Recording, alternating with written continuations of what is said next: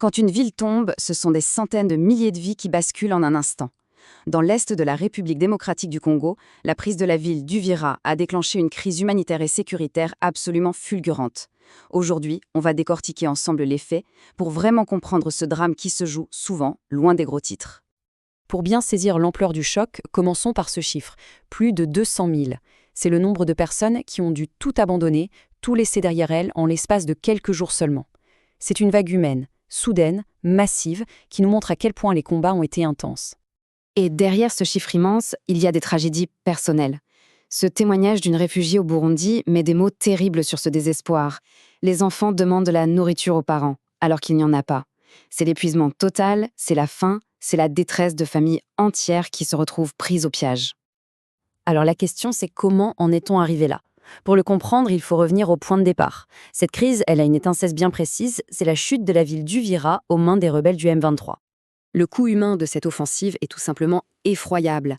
Les autorités locales parlent d'au moins 413 civils tués depuis le début du mois de décembre, victimes des combats, des bombardements. C'est cette violence brute qui a jeté des centaines de milliers de personnes sur les routes de l'exil. Et pour ceux qui ont réussi à traverser la frontière, par exemple au Burundi, une autre lutte commence immédiatement. C'est la lutte pour la survie. Les besoins sont vitaux et ils sont urgents.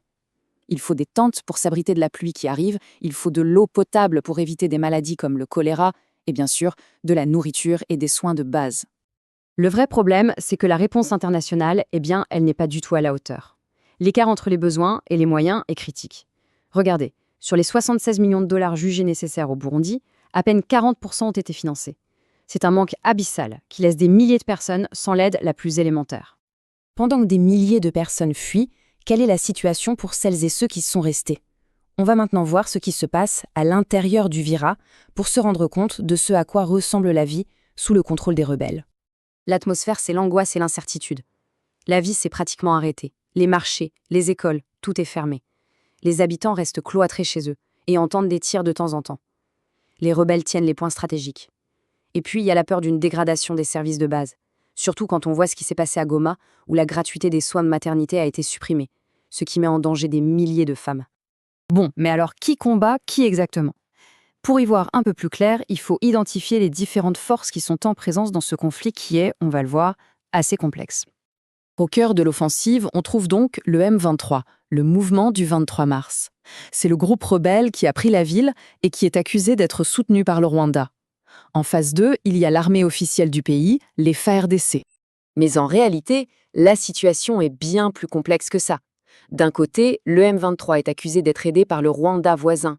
De l'autre côté, l'armée congolaise, les FARDC, n'est pas seule. Elle est alliée à des milices locales d'autodéfense qu'on appelle les Wazalendo, et dans cette zone précise, elle combat aux côtés de l'armée du Burundi.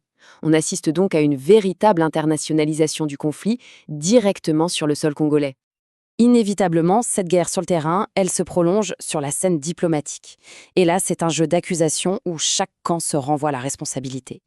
D'un côté, on a le président congolais Félix Tshisekedi qui parle sans détour d'une offensive militaire rwandaise. De l'autre, son homologue rwandais Paul Kagame nie tout en bloc. Il affirme que le problème est purement congolais, lié à l'histoire et à la politique. C'est un véritable dialogue de sourds. Face à cette escalade, la communauté internationale commence à réagir. Les États-Unis et plusieurs pays européens ont publiquement demandé au M23 et au Rwanda de stopper leur offensive. Une pression diplomatique qui, pour l'instant en tout cas, n'a pas eu d'effet concret sur le terrain. Alors, que va-t-il se passer maintenant ? C'est la grande question. Avec des combats qui continuent de s'étendre et une diplomatie qui est complètement dans l'impasse, c'est l'avenir de toute une région et peut-être même du pays tout entier qui est en train de se jouer. Au sein même de la classe politique congolaise, des voix commencent à s'élever pour remettre en question la stratégie actuelle. L'opposant Jean-Marc Kabonda, par exemple, affirme que le président Tshisekedi est incapable de gagner militairement et il appelle à privilégier le dialogue pour mettre fin au conflit. C'est un débat absolument crucial sur la voie à suivre. On en arrive donc à la question centrale. Entre une situation militaire qui est explosive et des positions politiques qui sont complètement figées, le chemin vers la paix, il semble de plus en plus étroit, de plus en plus difficile à trouver. Pour finir, cet avertissement du même opposant politique illustre parfaitement l'enjeu. Ça fait froid dans le dos. La chute d'Uvira n'est pas du tout vue comme un simple événement local. Elle est perçue comme une menace potentielle pour la stabilité du pays tout entier, jusqu'à sa capitale, Kinshasa. Une tension qui n'est pas résolue et qui laisse présager un avenir très, très incertain.